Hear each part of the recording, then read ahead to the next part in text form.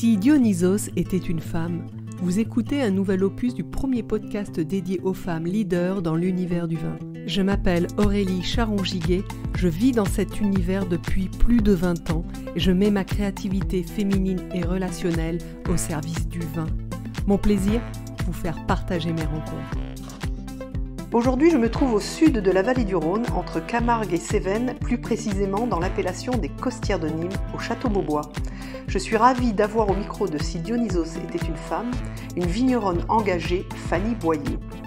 Engagée car Fanny n'est pas simplement vigneronne, elle est aussi membre du conseil d'administration de Sud Vin Bio. C'est une association interprofessionnelle qui est née à l'initiative de vignerons pratiquant l'agriculture biologique afin de promouvoir collectivement leur vin.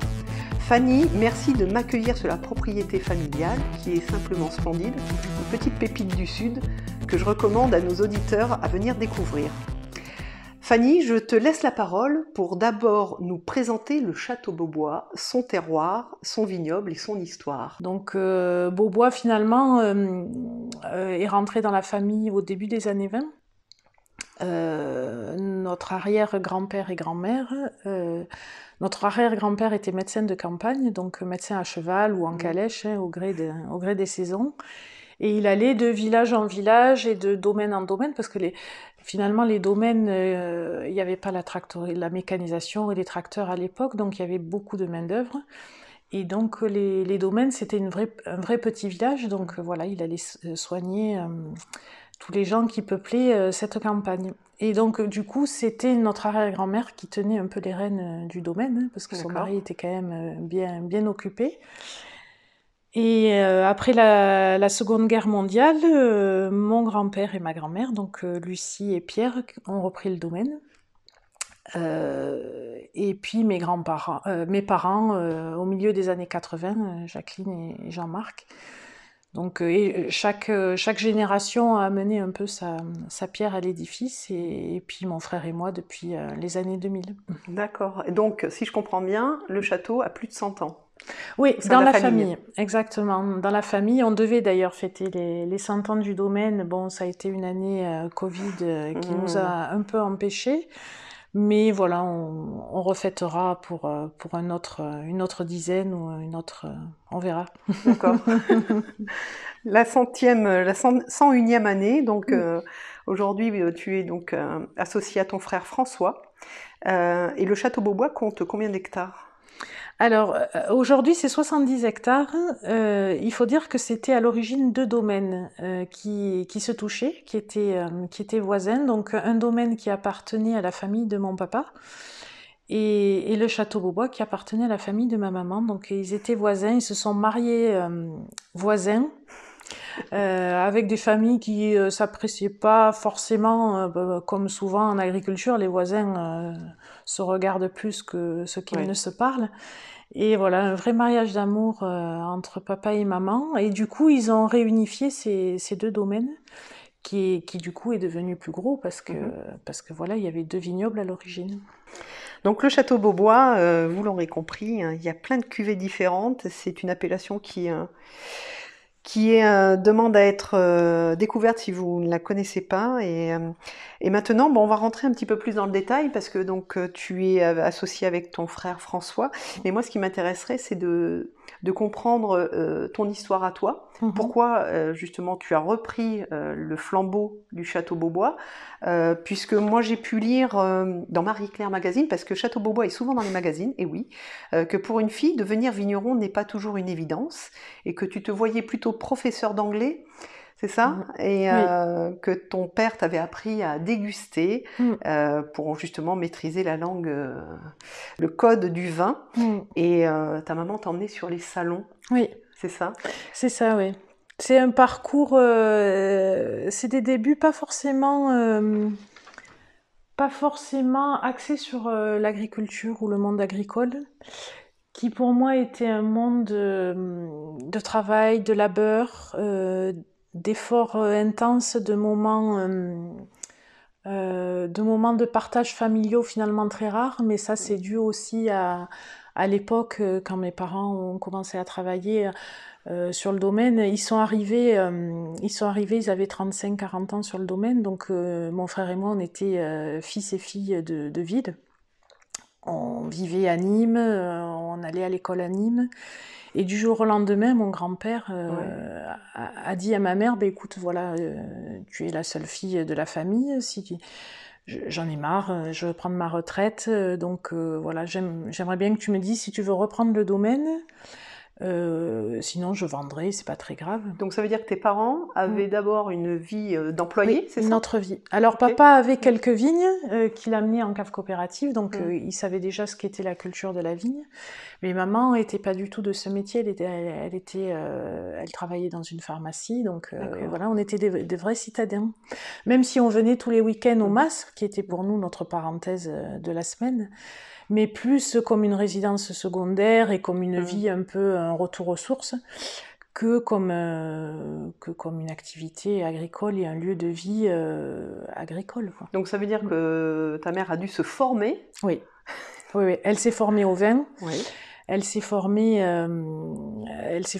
au marketing, elle s'est formée à la compta, elle s'est formée à énormément de choses.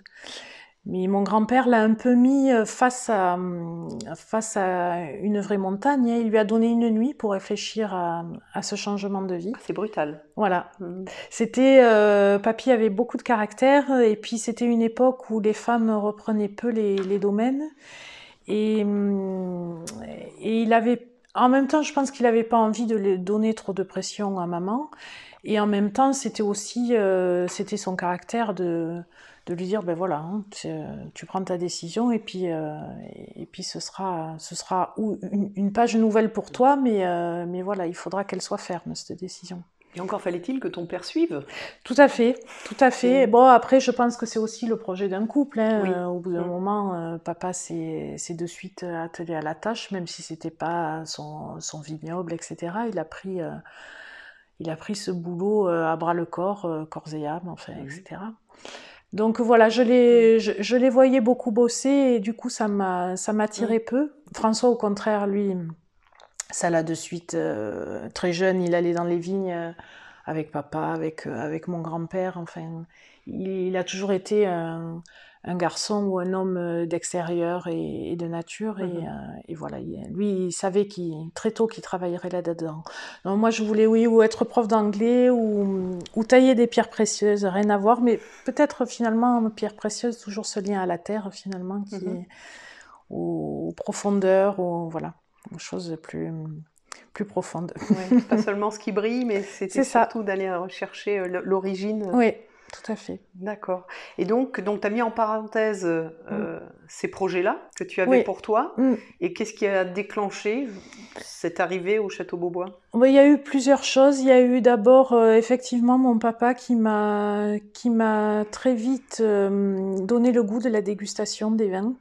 Il m'a toujours proposé de goûter des vins, et il y a toujours eu cette proposition sans être forcé. Donc j'ai mis quelques années à goûter mes premiers verres. Il m'a proposé très tôt, gamine, j'avais 8 ans, 9 ans, enfin voilà. Et puis je crois que c'est qu'à l'adolescence que j'ai vraiment mis vraiment mon nez et mon palais sur des verres. Et là j'ai découvert un univers sensoriel, où nos sens pouvaient laisser place à l'imagination, au partage, à pouvoir s'exprimer sur notre ressenti. Et ça, finalement, quand on est ado, ça ouvre pas mal de portes, et ça laisse de côté pas mal de problèmes d'adolescent. D'accord. Donc ça veut dire qu'adolescente, tu n'étais pas renfermée dans ta chambre, tu étais plutôt curieuse? Je l'ai été, mais ça faisait cette part de dégustation faisait écho à ce que pouvait être mon avenir, finalement. C'est devenu assez vite concret. Et puis après, évidemment, maman m'a amenée sur les salons. Et là, toujours le partage, découvrir de nouvelles personnes, de nouvelles cultures. C'était les prémices, les années 80, c'était les prémices de l'export pour les vins du sud de la France. Et voilà, rencontrer des personnes, des Japonais, rencontrer des Canadiens, rencontrer voilà, toutes sortes de cultures et de gens passionnés par la même chose voilà, c'est un petit monde, le monde du vin. Oui, Tout tout le monde à se fait. connaît au fur et à mesure et on fait très vite des relations entre les uns et les autres. Et c'est en même temps toujours une surprise de savoir qu'un tel connaît un tel. Enfin, voilà. Et puis c'est très vite amical aussi, Oui, parce qu'on partage, tout je à fait. pense, le même sujet Oui, et tout on à fait. converge vers ça. Oui. C'est vrai. D'accord, donc voilà, tu es arrivé.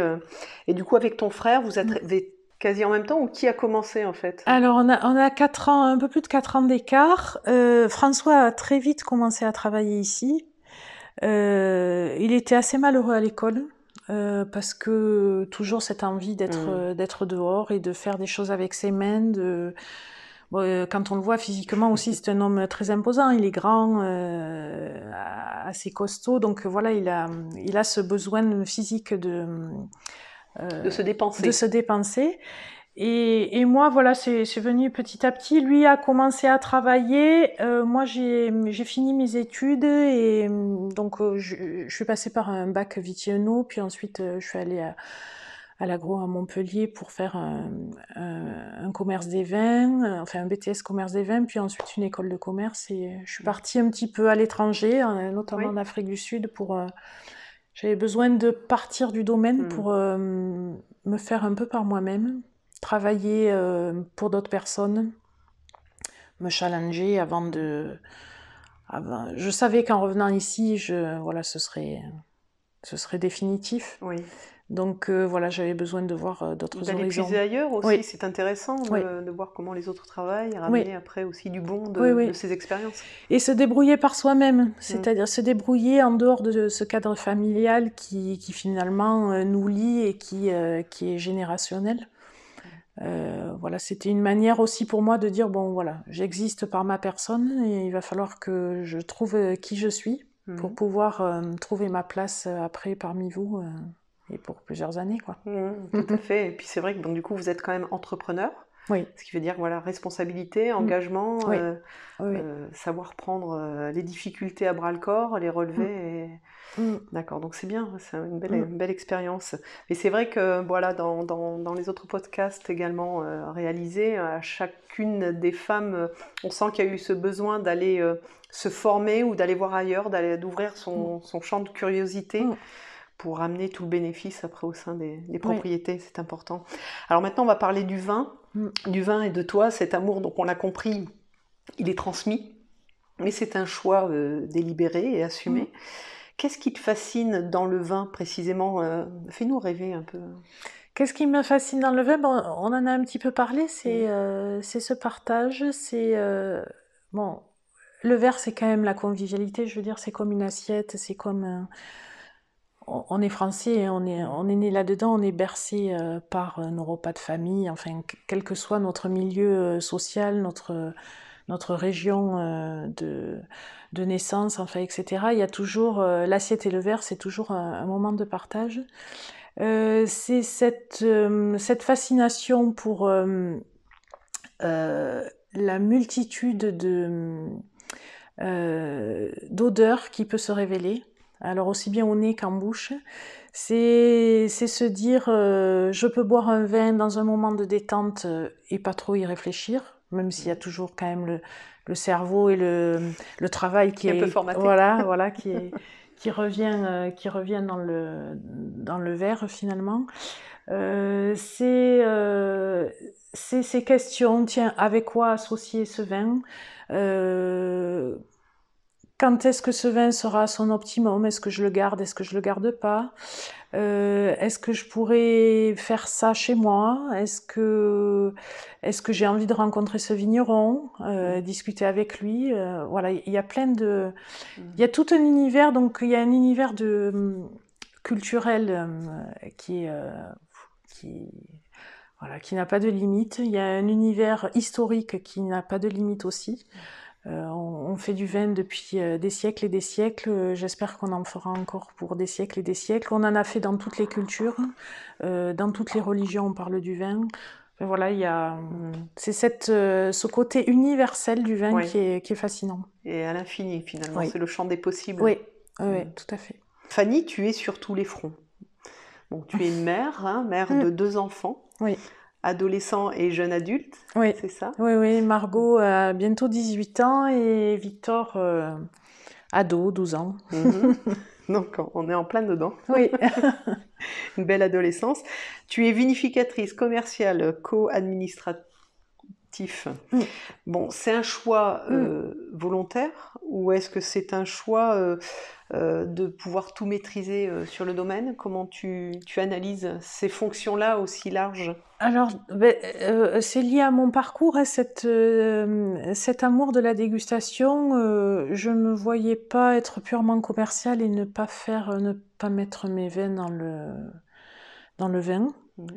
À partir du moment où on aime déguster, on a envie de savoir le comment du pourquoi, et puis très vite en cave avec les vendanges, c'est un ravissement. On languit de commencer, on languit aussi de finir, comme chaque millésime.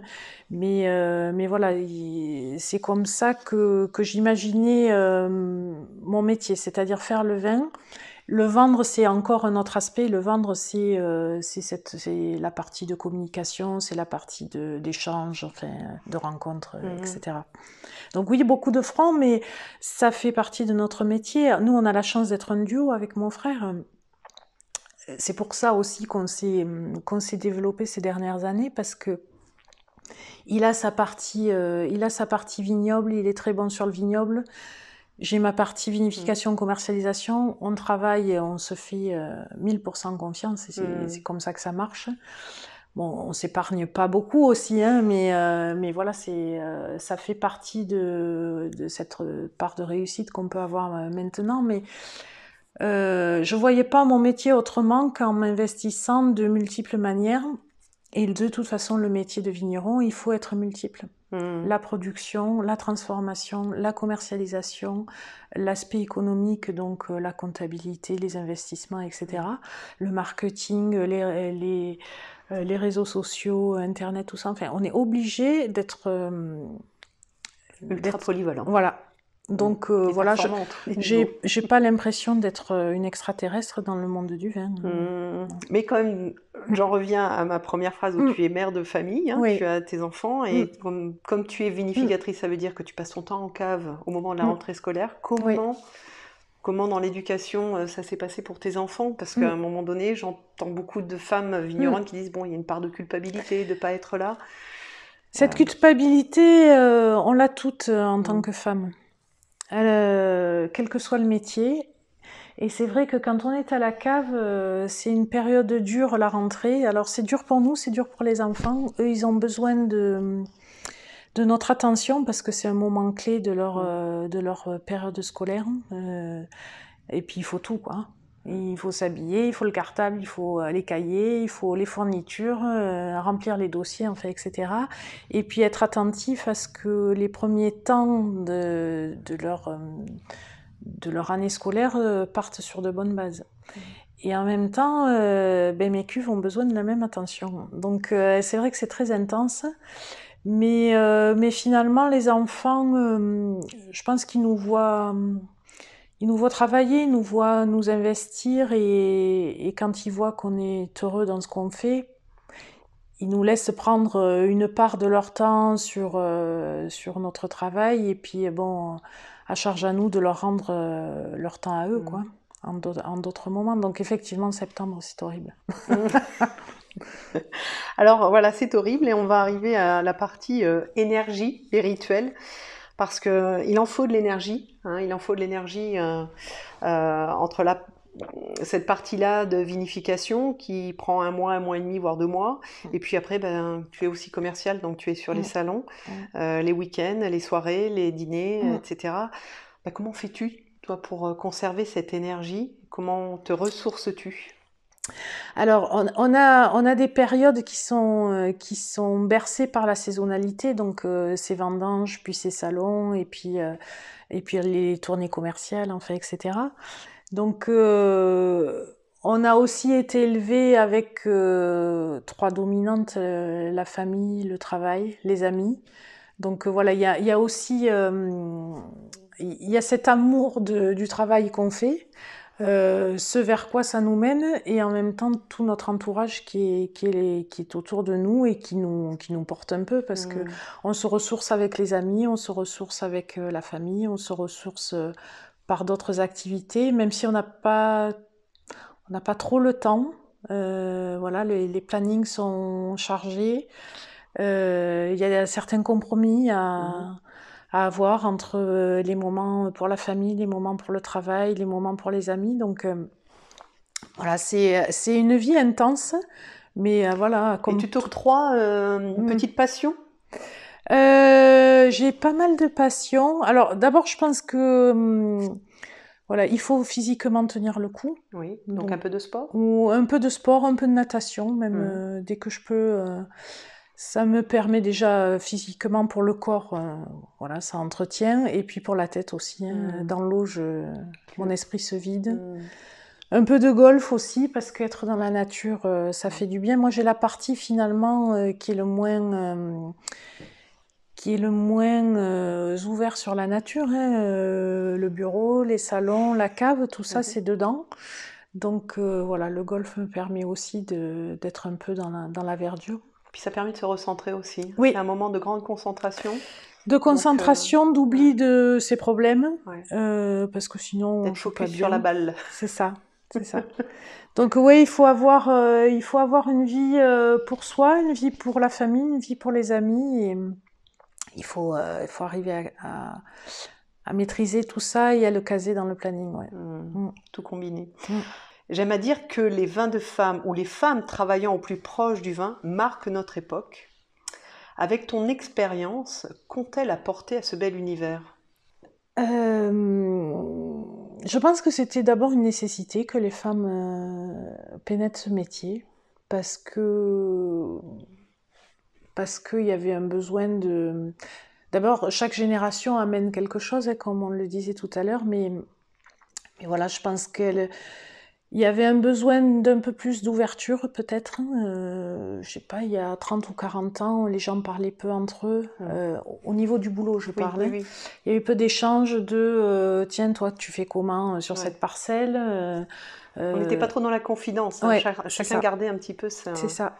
Alors voilà, je pense que peut-être les femmes ont amené ça, et c'est ce que je trouve beaucoup, c'est ce qui me ravit au sein de l'association des vinifilles, c'est cet échange, sans pudeur, sans secret, même si chacun on a nos pratiques. Mais voilà, l'échange fait partie de notre métier. Je pense que les femmes ont amené ça. La recherche de finesse, ça les femmes l'ont, je pense. Alors, vin de femme, vin d'homme, bon, la définition pour moi, elle n'a pas de... Voilà, je fais pas trop de différence. Je pense que un vigneron fait le vin qu'il aime et fait le vin aussi en fonction de caractère. Alors quand je dis un vigneron, c'est la généralité. Ça peut être aussi une vigneronne.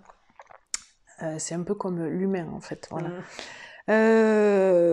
Les femmes amènent, elles ont, on fait la cuisine, on se parfume, de temps en temps, on se pomponne, etc. Parce qu'on est des femmes, mais je pense que cette finesse, cette délicatesse, on a une facilité à la faire, à la transmettre et à le faire transpirer dans nos vins. Maintenant, au travers des dégustations que j'ai pu faire, il y a des vins très concentrés, très charpentés qui sont faits par des femmes. Il y a des hommes qui font des vins d'une délicatesse surprenante. Donc voilà, ce vin... C'est l'alchimie, dépendante en fonction de la personnalité. Oui, mais effectivement, je pense qu'on a amené un peu d'ouverture, oui. Voilà. D'accord. Alors, on va parler des réussites, de succès. Dans ce pôle-là, aujourd'hui, à mon sens, Fanny, tu es une personne qui apporte aussi de l'innovation au sein du Château Beaubois, puisque je pense par exemple au gin de Nîmes, on n'est pas loin de Nîmes, donc il y a le gin, et oui, le de Nîmes, on le connaît, l'origine vient de Nîmes, pour ceux qui ne savent pas, oui, allez rechercher sur internet. Et donc Fanny, tu as créé une cuvée, il y a quelques années avec le jean. Tu peux nous en parler? Oui, à la base, c'était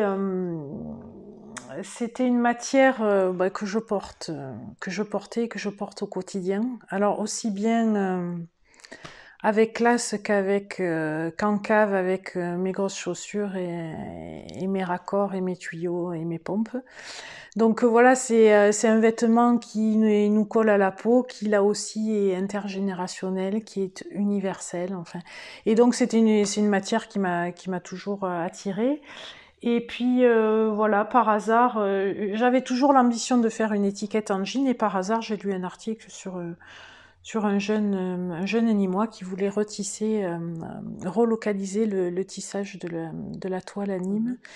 Et on s'est plus ou moins associés, on a fait une cuvée ensemble qui s'appelait Ramenons le de Nîmes à la maison. Donc qui a donné lieu à d'autres cuvées par la suite, notamment de Nîmes by Beaubois.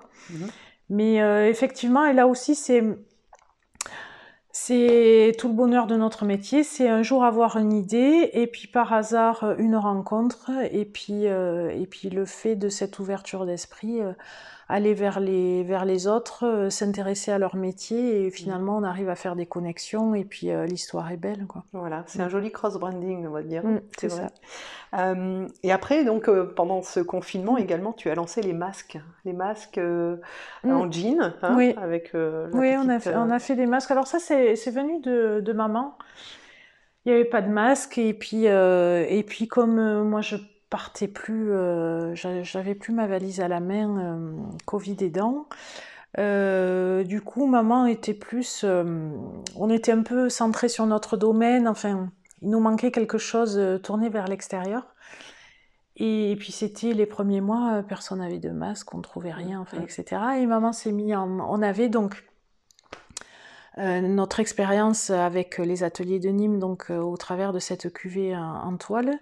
Il nous restait un rouleau de toile de Nîmes, et maman a taillé un carré là, et a commencé elle s'est mise sur sa machine à coudre, et a commencé à faire des masques pour nous.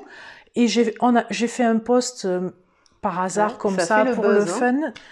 Et ça a fait le buzz, et nos clients nous ont tous demandé des masques, et voilà. Et maman a passé 3 mois sur sa machine à coudre. Excellent.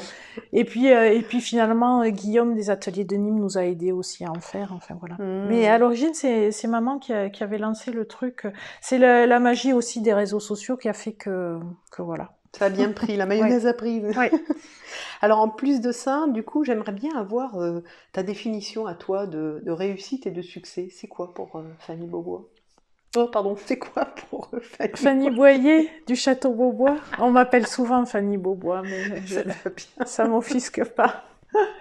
Réussite et succès. Alors réussite... La réussite, c'est marrant parce que je l'associe à la famille. Enfin, je pense qu'on réussit ensemble, voilà. C'est lié, c'est l'intime, la réussite. Est-ce qu'on pense qu'on a réussi? Est-ce qu'on a réussi notre parcours? Est-ce qu'on est allé au-delà de ce qu'on espérait? Enfin voilà, c'est ça la réussite finalement. Le succès, je le vois plus au travers de mes clients, au travers de des gens que j'ai pas vus depuis longtemps, qui me disent, oh, on entend souvent parler de vous, on vous suit, voilà. C'est plus au travers des autres, je crois. Mais les deux font plaisir, mais bon, voilà, c'est pas... Très bien. Alors, autre partie, à l'inverse des réussites et des succès, c'est les doutes et les obstacles. En tant que femme, que mère, aujourd'hui, est-ce que tu as, toi, des expériences à nous partager? Alors, les obstacles, oui, je pense que qu'il y a toujours des moments en tant que femme dans ce métier qui sont un peu durs. Mais c'est pas vis-à-vis des hommes, je pense que c'est des propres challenges qu'on se met, ou des propres barrières qu'on peut se mettre nous. On l'a dit tout à l'heure, c'est des plannings qui sont dingues. Des doutes sur est-ce qu'on a fait le bon choix, mais je pense que tous les vignerons l'ont. C'est-à-dire, est-ce que cette vie de folie, de travail, de déplacement, voilà, est-ce que le jeu en vaut la chandelle? Mais ça, c'est quelques minutes, quelques heures de temps en temps. Enfin, voilà. Je pense qu'il faut toujours se dire que on a tracé notre propre parcours, qu'on est maître de là où on veut aller. Même si, voilà, 4 générations, on en parle souvent avec les enfants ou avec les amis, notamment les amis qui sont vignerons, qui font ce métier depuis de génération en génération. On se dit, voilà, on a toujours un peu ce poids, mais il ne faut pas se donner l'obligation, parce que sinon, évidemment, on a encore plus de doutes, hein, et on se met une pression de dingue, quoi. Donc oui, le doute, je pense que le doute fait partie de la réussite, quoi. Je connais pas beaucoup de gens qui ont réussi dans quels que soient les domaines sans une grande part de doute. Enfin, la réflexion, ça fait partie de la réflexion. Très justement. Alors Fanny, tu es très engagée, comme je le disais dans l'introduction, parce que tu donnes beaucoup de ton temps. Tu es bénévole, puisque tu es vice-présidente du syndicat de l'appellation costière de Nîmes, puis membre, on l'a dit, de cette association Sud Vin Bio, et puis donc aussi de l'association des viniphiles, dont je suis super fan d'ailleurs, à chaque fois que je le dis, j'adore. Aujourd'hui, Fanny, de ton point de vue, est-on obligé de s'engager? Si on sort du contexte du vin, heureusement qu'il y a des bénévoles en France et ailleurs, parce que les associations tournent comme ça. Là, c'est un bénévolat qui est lié à mon métier, et alors là aussi, je pense que ça fait partie de mon caractère, c'est-à-dire que je ne conçois pas mon métier sans engagement.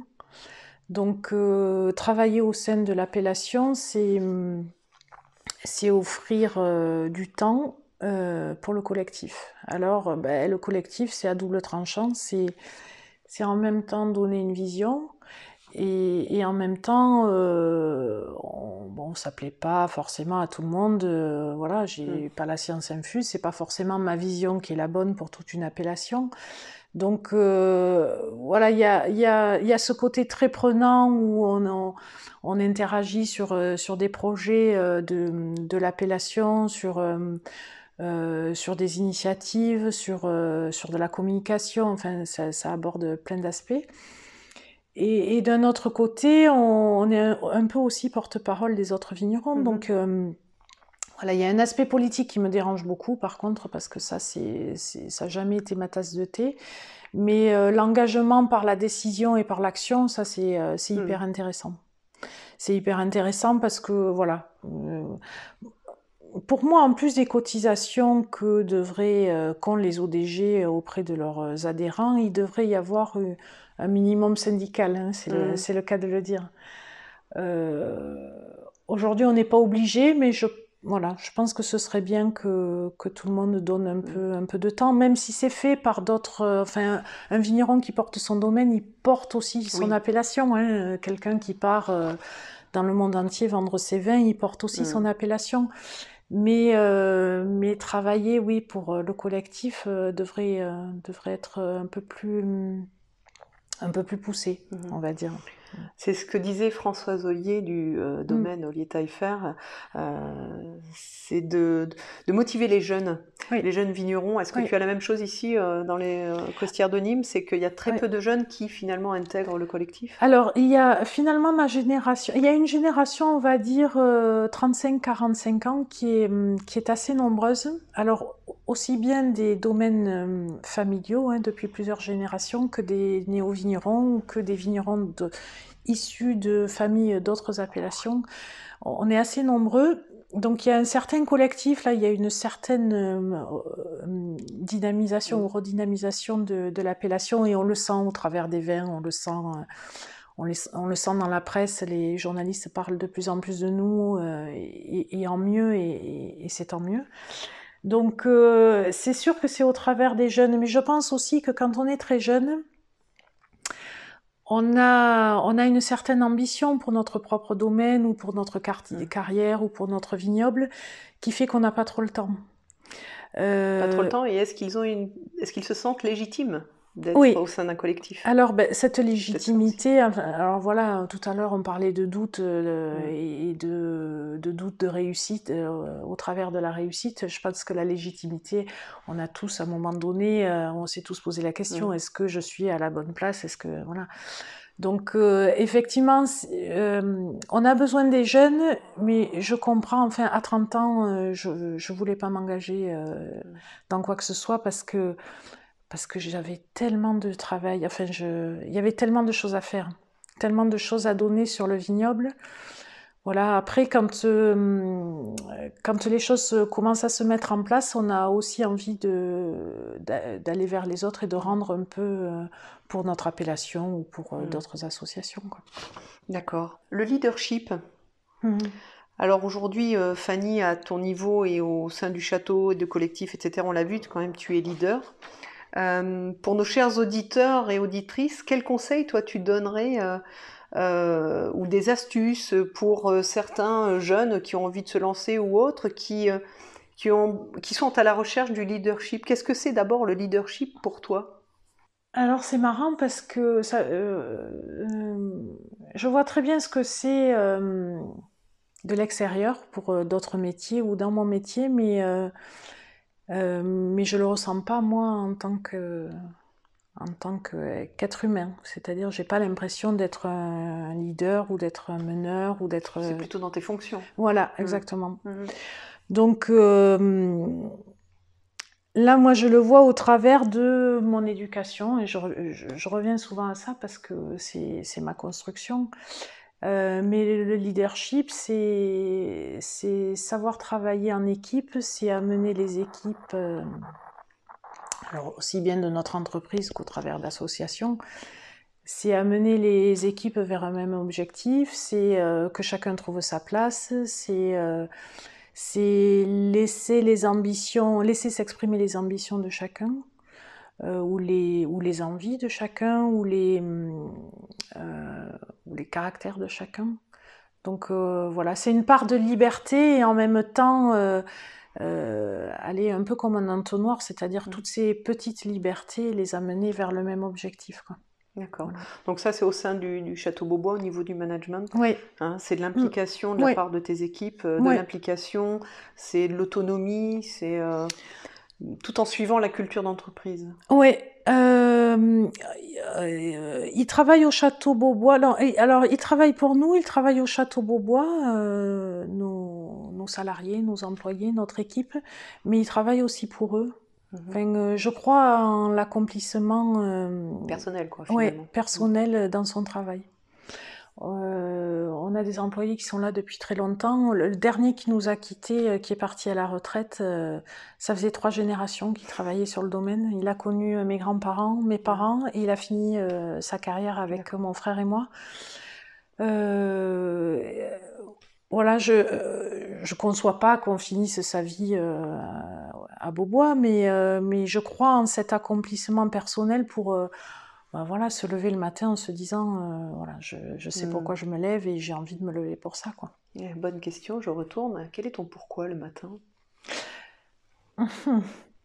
Je crois que je me pose pas la question, je me lève vite. Le réveil sonne et je suis vite debout. Ok. Alors, est-ce que ça vient de mon énergie? Est-ce que ça vient de cette appétence au travail? Est-ce que ça vient de la passion que me donne ce travail ou qui est retransmis je ne saurais te dire. Donc ton pourquoi, c'est Château Beaubois. C'est un peu ça? Ouais, peut-être, ouais. Finalement. On va passer à un autre sujet. Est-ce que tu as un plafond de verre à briser, Fanny? Pas du tout. Pas du tout. Pas du tout. Alors, on va dire que ce qui m'embête le plus, alors ce plafond de verre, on en parle souvent au féminin. Le plafond de verre, ce qui m'embête dans ce métier, c'est de voir peu de femmes dans les hautes instances. Voilà, ça m'embête. Par exemple, quand je siège au conseil d'administration des Costières de Nîmes, je suis la seule femme. Okay. On est 30, je suis la seule femme. Ok. À contrario, tu as vu, le CEVL était présidé par Mireille Delorgeril, donc une femme. J'ai trouvé ça super. C'était super. Il y a quand même, au sein des syndicats, il y a beaucoup de femmes quand même. Oui, mais je trouve pas assez. Pas assez, d'accord, ok. Par manque de temps, souvent les réunions c'est le soir, hein.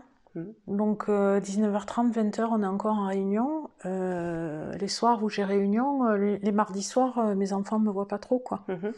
Alors j'ai la chance, ils sont un peu grands, ils savent un peu cuisiner parce que je leur ai aussi transmis ça.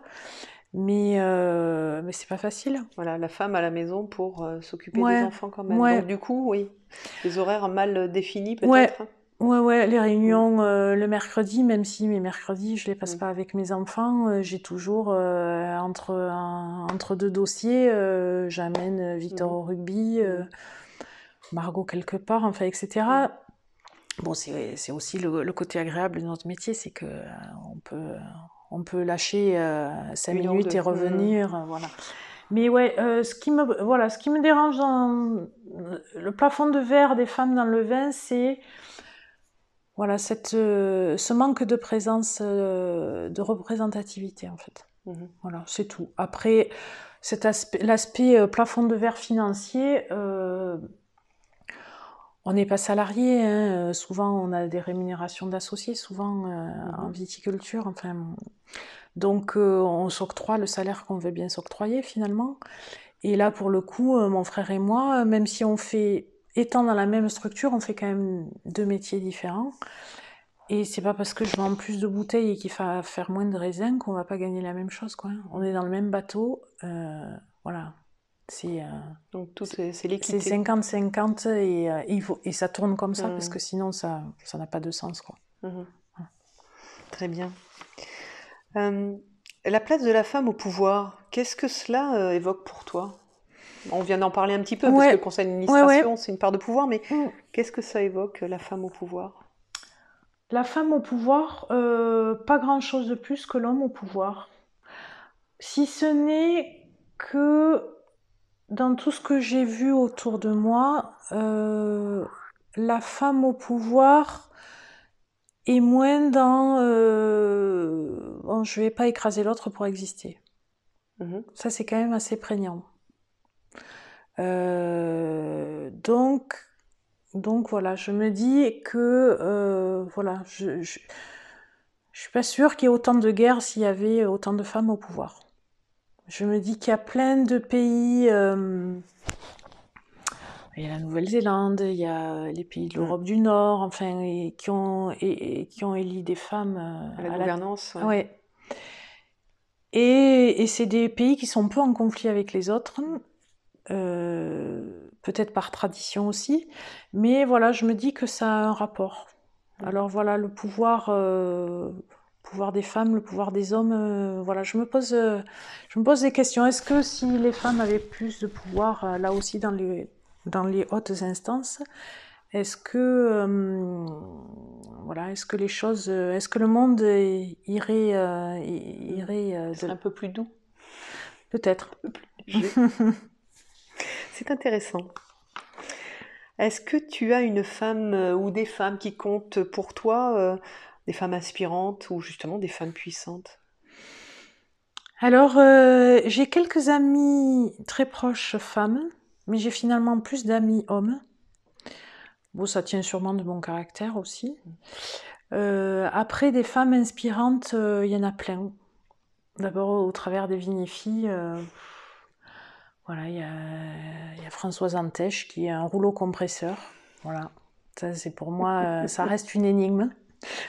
Valérie, qui est la présidente, Valérie Taberliès, qui est la présidente des Vinifilles et qui a un caractère voilà, qui en impose. Physiquement,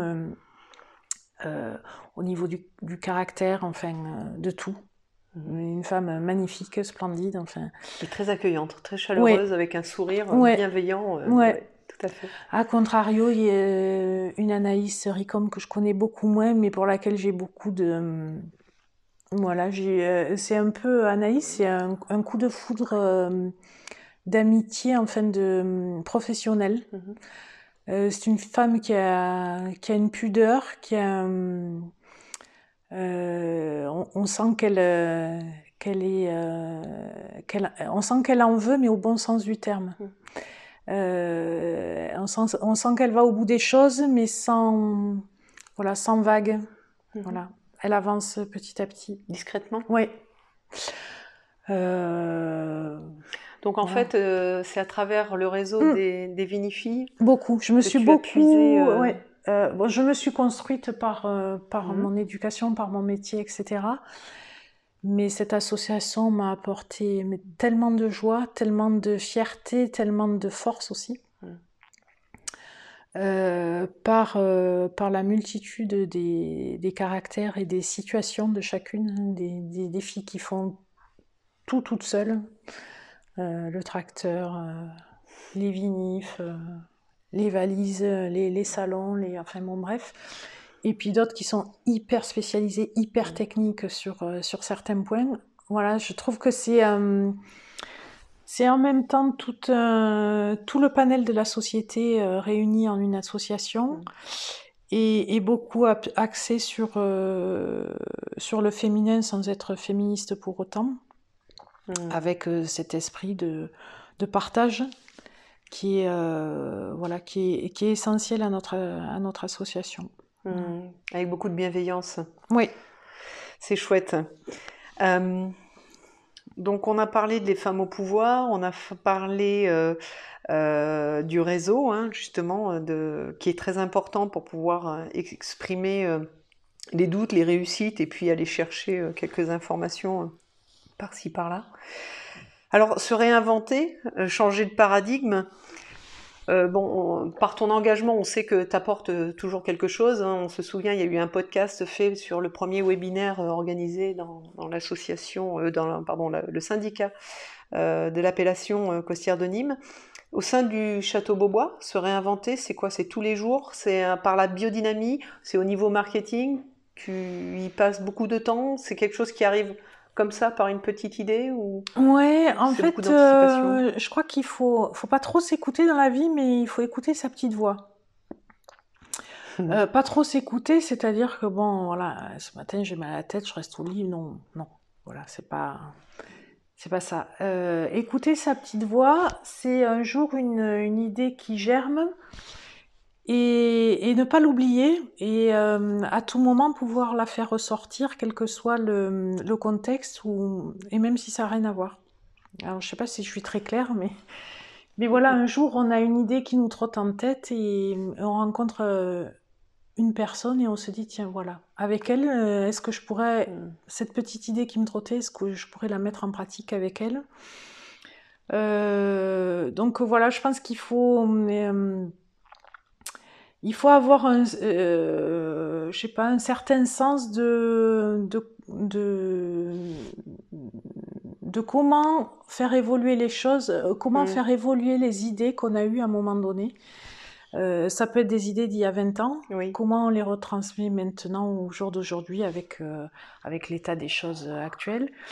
Ça peut être une idée loufoque qu'on a eue lors d'un voyage, ça peut être une idée... qui reste là et tu as envie à un moment donné de la sortir. Ouais. Donc la petite voix. Ouais, la petite voix avec un peu d'audace et puis la synchronicité des fois, les bonnes rencontres au bon moment. Ouais. Alors la synchronicité, j'y crois, mais dur comme fer. Et plus je vieillis et plus j'avance dans la vie, plus j'y crois. Au travers des personnes, au travers des actes, enfin au travers etc. Voilà. Et d'ailleurs, pour rebondir un peu là-dessus, c'est un sujet que j'adore aussi, la part de l'intuition féminine. Qu'est-ce que tu en penses? Est-ce que toi, ton intuition, c'est la petite voix aussi quelque part, mais cette intuition, elle fait partie de Fanny et tu l'as Oui. Et alors, je l'ai eu très tôt. Je crois que presque adolescente, j'avais déjà de l'intuition sur des sujets ou des personnes. Et je ne l'ai jamais perdu, et plus ça va, plus ça se développe. Après, je me plante comme tout le monde, enfin, etc. Voilà, j'ai pas une boule de cristal, etc. Mais cette intuition, je la laisse s'exprimer. Donc cette petite voix, je la laisse s'exprimer et je mets pas le couvercle sur la cocotte, quoi. Au contraire. Au contraire. Alors sur ces paroles, on va terminer par des notes légères. Oui. J'aime bien. Alors, est-ce que tu as un morceau de musique à nous partager, un petit morceau de musique vraiment genre vitaminé, Never Give Up, ce que tu veux? Vitaminé? Bon, je crois que ce que j'écoute le plus quand je vais courir ou quand je pars faire du sport, Don't Stop Me Now de Queen. Mhm. Il y a tellement de gens aussi qui la... Mais voilà, ça donne la patate Ouais. et puis c'est un peu significatif aussi. Un morceau de musique plaisir coupable. Plaisir coupable, un truc un peu honteux, quoi. Qu'est-ce que j'ai... Tiens, j'hésite entre deux. Je donne les Ou les deux deux? ou...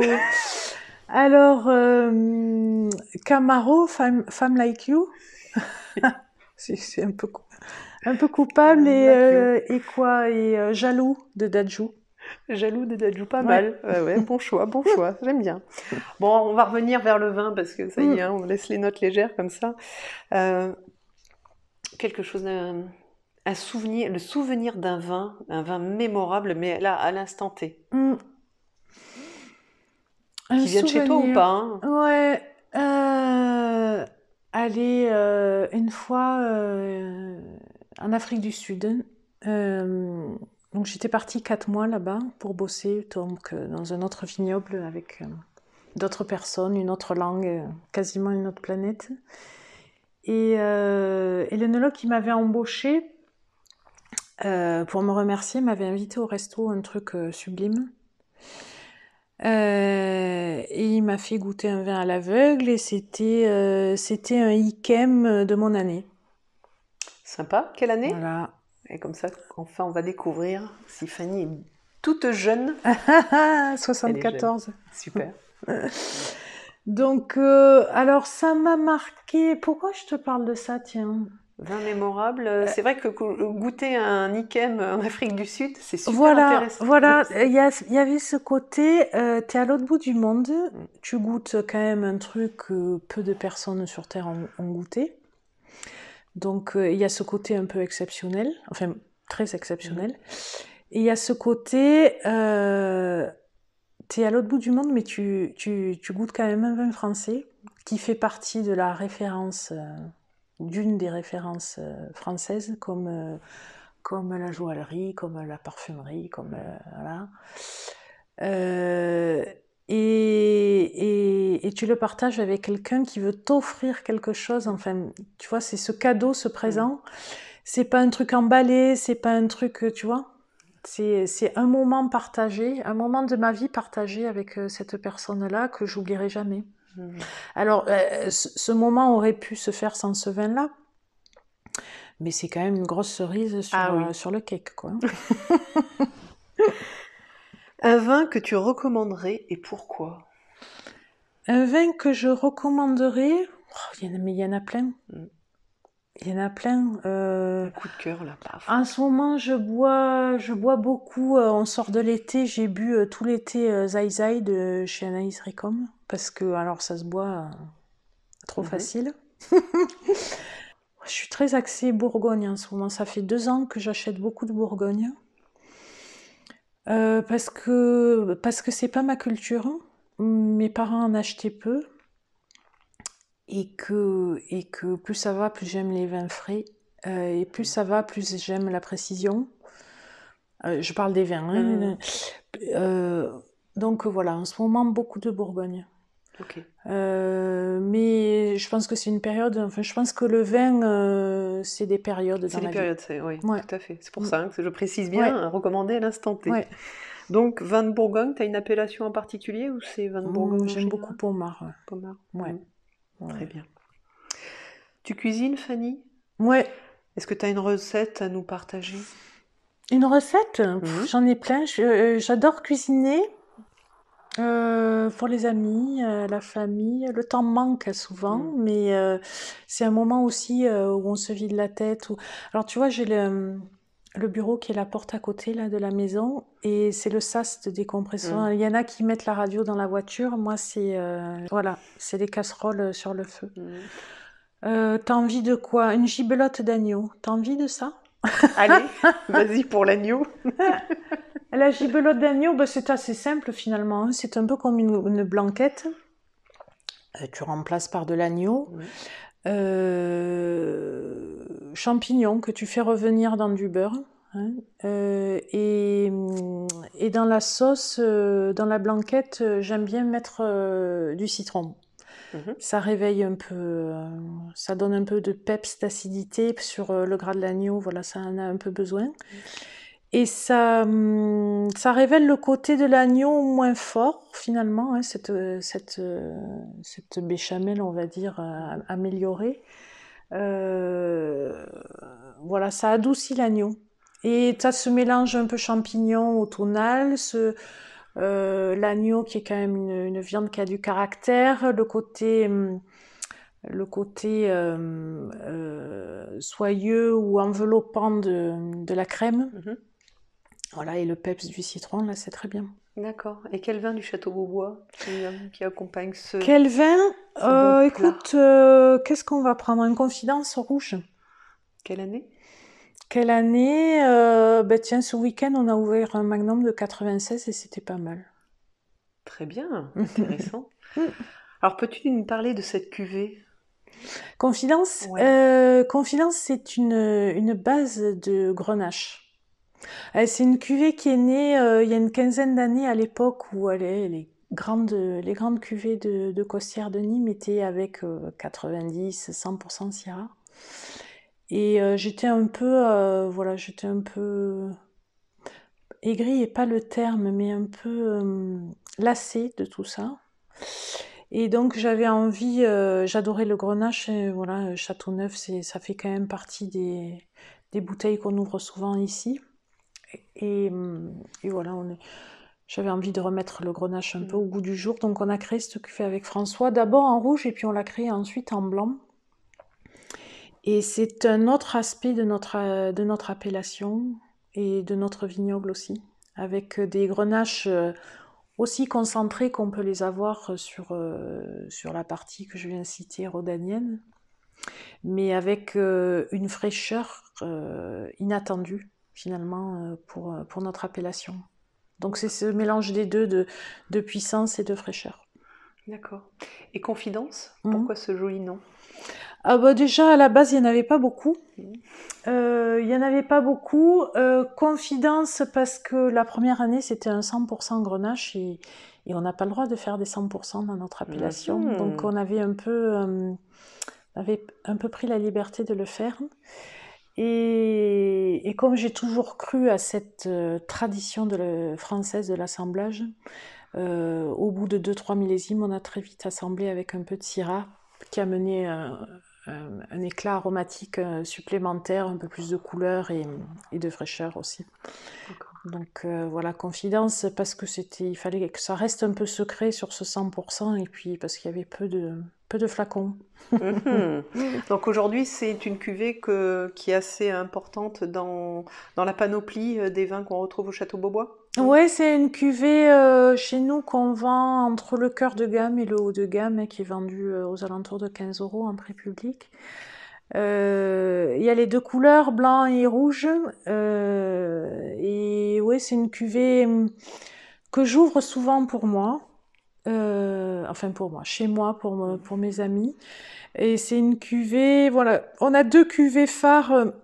Quand quelqu'un vient chez nous en nous disant « faites-moi goûter un seul vin », pour caractériser l'appellation, j'ouvre ou Élégance ou Confidence, qui sont vraiment ce qu'on peut définir comme un Costières de Nîmes. D'accord. Voilà. L'identité du Château Beaubois. Aussi. Sur ces belles paroles, je te remercie, Fanny. Merci pour cet entretien, cette belle conversation. Merci beaucoup, Aurélie. À bientôt. Voilà, c'est la fin. Toute ma gratitude à mon invité et à vous, chère communauté. Pour faire vivre ce podcast, pensez à partager, liker, commenter. Ce podcast est natif, indépendant et libre, alors faites-le connaître. Mettez des petites étoiles sur votre plateforme préférée. À très vite pour de nouvelles écoutes.